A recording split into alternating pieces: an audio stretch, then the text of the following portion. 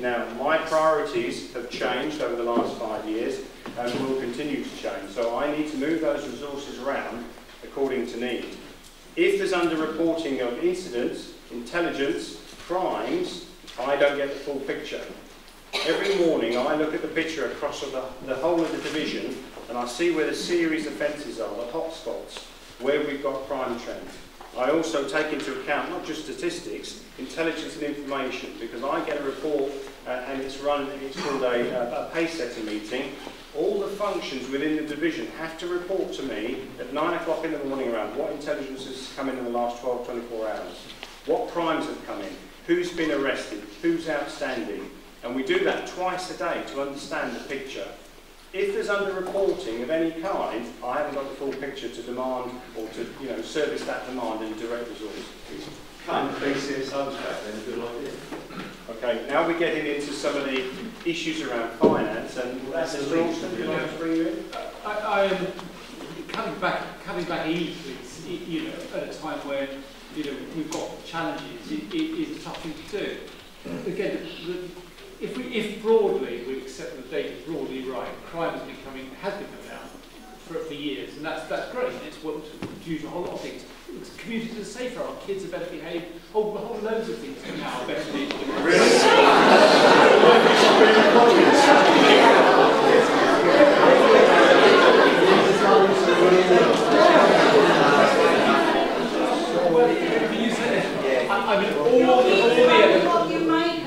All the evidence is our young people. Yeah, the statistics are. That's what it's driven by. But the reality of the story is. But that's, I don't accept that actually. I really don't accept it. It's too much research. Okay. Your point though is, should we be cutting policing resources? Well, ideally not. But we've only got to spend what we choose to spend. The government has borne down on, for a whole host of reasons, we don't want to be political about it, but government's borne down on spending for a long period of time. Spending had come down. It's now stabilised. Thank goodness it's stabilised. We pay less, we pay too little for our council tax. I've been putting it up. What do we do next? So what do we spend our money on, I think is the key question.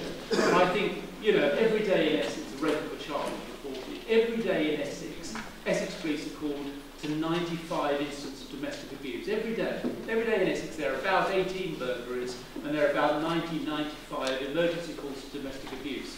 Now, you need really specialist skills to do those things. Our police officers have got all that full range of skills they can do. We need the detectives to bring the detection rate up. The detection rate in Essex is really not as good as it should be. We need those skilled resources. If we have to balance things, where's it going to come from? The chief's decision is, if we're going to have to make savings, we have to make 12 million into the savings next year to balance the books. He would rather give up PCSOs and police officers or the special things like the CSI. That's the crime investigators, civilian staff.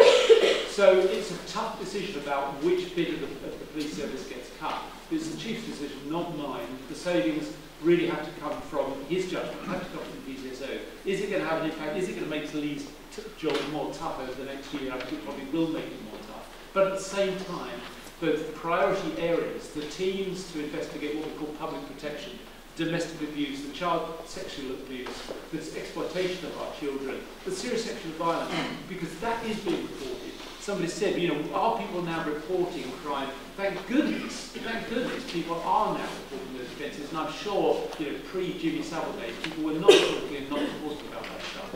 So the resources are going to priority areas. Do we wish there were more PCSOs? Yeah, I absolutely wish there were more. We have to look at all sorts of management information. Numbers is part of that, but it's only one small part of that. The Home Secretary is very clear. There's only one target in the UK for policing, and that's the reduction and prevention of crime. That's the only thing we have to look at. We have to measure to understand how well we're doing. We have to measure intelligence and crime so we understand where there's hotspots, series and crimes. That's what we're driven by. It's an intelligence picture. And that's why we need, intelligence information and crime reported. So yes, we do use them, but it's general management information amongst a whole host of other measures, which includes satisfaction, confidence of the public, and how well we're doing. Surely more important than statistics would empower you to go to the powers to be and show that the system is not working. We actually need to be bringing you guys and actually not bringing the system down, but to a point where you have to put your hand up and Mr. Olsen as the Commissioner and go, actually we can't deal with things, we run off our feet, we kind of know that anyway, and I know you need the statistics to create that, but you need us to ring that and take your switchboard down so you can't deal with business and you have to go, we've lost it. Okay, and that's it. Just before I bring the lead in, good question. I think we accept a lot of the criticism around one-on-one, that's already been discussed.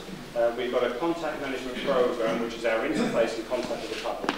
And I think Nick has already identified we're going to improve that significantly because we are behind the times around some of the technology and access from the public and to the public. We understand that, that's been recognised, and there's lots of investment in that, and it will improve. We can only, as a collective here, apologise for that service at the moment, but we are doing our level best within the constraints we've got to improve that. Nick? Yeah, the Metropolitan Police, there is a facility that you can actually log crimes online yourself, but you go to the need to actually make a phone call. Things around that in Essex are actually being worked on at the moment. Social media is not the right format to actually report crime, albeit sometimes people do because these accounts are not being monitored. But in terms of an increase in crime, what we found across the county and across the country, and on the back of some fairly high-profile investigations, the Jimmy Savile, the U-Tree investigations, there was more confidence by victims or with victims to actually report historical sexual offences. Obviously that brought into play a number of high-profile celebrities as suspects in some of that. And locally, there certainly seems to be more confidence with victims of sexual assault, likewise around domestic abuse. In this district and every other in the county, we're actively encouraging people to tell us what's going on. It takes around about, I think it's 21 occurrences, I may be wrong with the number, it's a number of occurrences within the home before somebody will actually pluck up the courage to actually make a report. We want people to tell us what's going on. My time in the police we've come a huge distance. We've actually looking at domestic abuse than we were 19 years ago and more. So the other thing I would say, and it's relevant at Thurrock, and not so much around here, but we again, hate crime in certain wards in the borough, it's been an issue. Again, we're actively encouraging people to report crime. So there's just 3 quick examples. So you will understand that there's a 911 response, unless it's something that you think, and that's an individual thing, because an emergency to Mr. Alton, care to you, to the lady over the back, will all be different, and we know that. But at the end of the day, if the 101 system is flawed, and it is flawed, because like I say, over the last 2 years, the times I've gone to use it, and I've just given up. Didn't warrant a 999 call, so I've actually not even bothered. So that hasn't been registered. And I think the apathy that we've discussed, you've got people who have got contents and insurance who can't even afford insurance anymore. If they get burgled, chances are they're not even going to bother you guys. So apart from just the general apathy, there are a multitude of reasons why people won't ring the police for all their reasons. There is a risk of that, but most of it is still well over 80% of 101 calls are answered absolutely fine. The trouble is there are a million a year, so that's a lot that don't. But over 80% of 101 calls are answered fine. So don't be discouraged about it. Be cautious. You may have to wait. That's the point. And it may be they ring you back. All of those calls are recorded. There's audit of all of it. So for most people, I'd say have confidence and make sure that you do report. It's good, but it's not perfect. Well, okay, there's a gentleman who's been waiting patiently at the back. Talking about reporting and under-reporting, I think we've got a fairly representative sample of the homestead citizens here. Could we have just a quick vote or survey of who's been victims of crime in the last 12 months sitting in this room now? So, could we break it down a bit? So let's do that. Whose house would you Right. Is it crime? So who here has been a victim of crime in the last 12 months? Could you please raise your hand? Now, if it's under-reported, can I keep your hands up? If it's been under-reported, there should be more than the police figures. If it's less, then it's less. Could you please raise your hands, please? Can I ask then who has not reported those crimes to the police? Well, 2 or 3. But most of you have. Thank you for reporting. Purely because I couldn't get through to them. And then when I did, I was told that someone would get back to me, and they never ever did. And that's a real problem. So that's my job, and what I hear from lots of communities is that the contact... So why shut our police station? We could go up there, we could get through to them. But the thing is, when you get onto grade, the officers that come out, they don't know this area. They will tell you that they have been running round for a while looking. They will apologise because they haven't been able to find your address because they don't know the area. That's one for Leo's. Okay, and it's been quite topical. I know it was in the previous meeting and it is in other forums. So, just a quick example. We publicise quite heavily. We do, we obviously do use the Essex Police website. We've got our own page on there as every district has, but also in the Gazette. This goes back to 2014, summer of 14.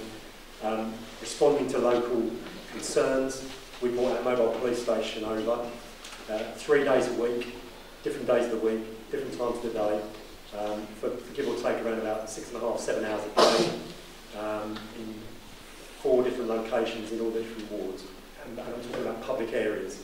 And over a 4-month period, we had one visitor who was a local councillor, a former local councillor. So what I would say there is that we're making a mobile police office, so therefore not having people to go to one fixed location, and we have one visitor. You're so good at nobody knows what the hell it is. But we publicise it, that's what I said.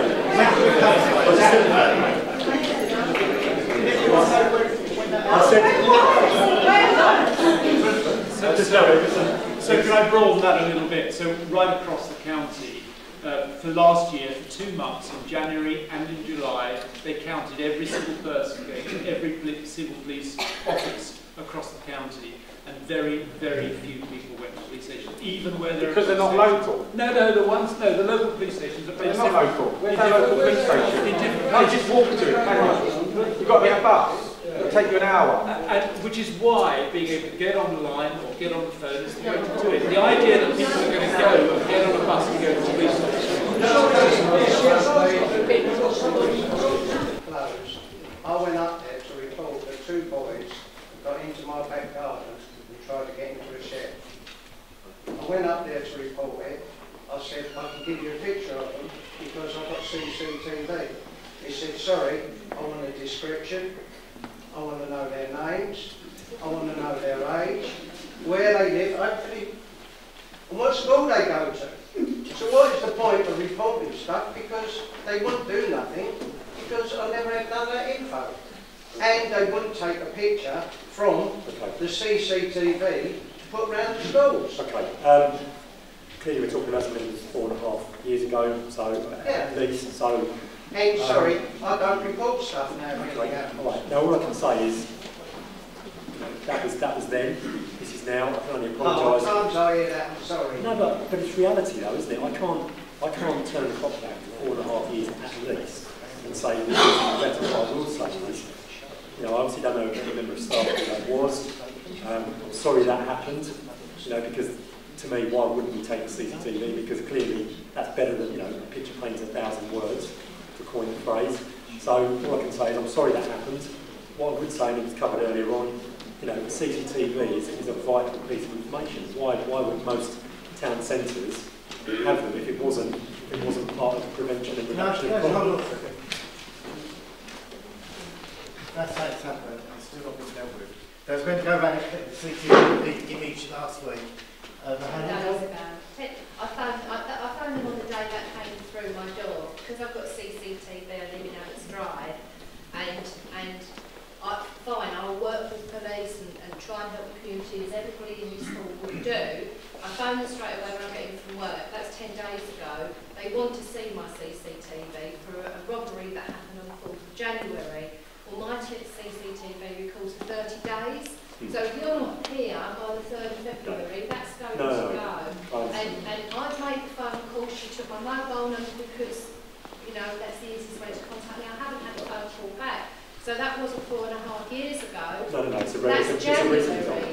That's January. And I want to believe that you're going to do these things. I want to believe that if I report things, they'll get followed up in an order of priority. But I don't know where this robbery on 4th of January is in your order of priority.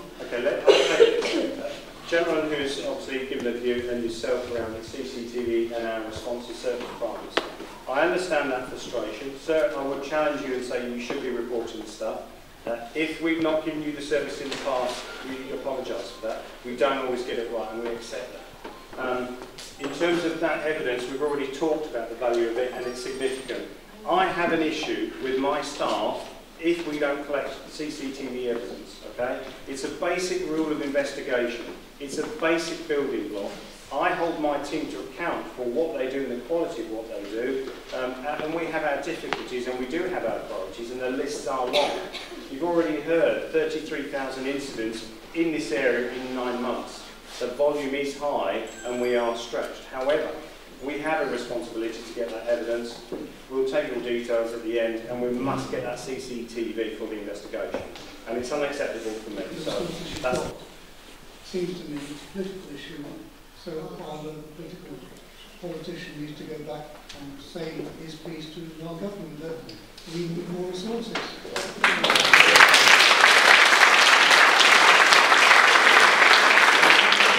You're absolutely right. And so when I was talking to Nick in the run-up to the budget settlement in the autumn statement that was going to come forward in November, I was very concerned about what I was being told by Nick about the impact that further cuts on the police budget would have. I agreed with Nick that we have a problem with policing, so I went to see the Prime Minister and I went to see the Home Secretary and made the case that we could not cut the police budget anymore.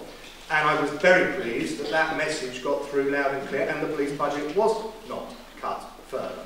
We have an additional problem in Essex, as Nick has alluded to, which is that historically we have got the second lowest precept, the amount we pay in part of our council tax that goes to the police. And it is quite a big difference. I think it makes £100 and something a difference per household. Nick, you will tell me better. 273 here. Well, no, in Essex this year we pay 148 quid through your council tax for policing. If you're in Surrey, you pay 220 quid, which would pay for an extra 700 police officers. So that's an £80 per annum difference. Now, one of the things the government did do when it came into power was to stop council taxes going up exponentially every year, was put 2%, well, put a freeze in place first, but allow for a 2% rise. So Nick, raising his £2.73 per year by 2%, that gap between us and a force that's got a £4 precept on its council tax gets bigger and bigger and bigger. Hence, I do support Nick raising the council tax precept for policing, not our general council tax, just a bit for policing above inflation, because every year we fall further and further behind, and so we're making our life more difficult than it has to be. So I think you've got a proposal this year for £5. Yeah, it'll be 10 pence a week I'm asking you to pay more. It's the most we're allowed, but thank goodness it's that. But I made the case that we shouldn't be stuck with only 2% when we're the second lowest in the country.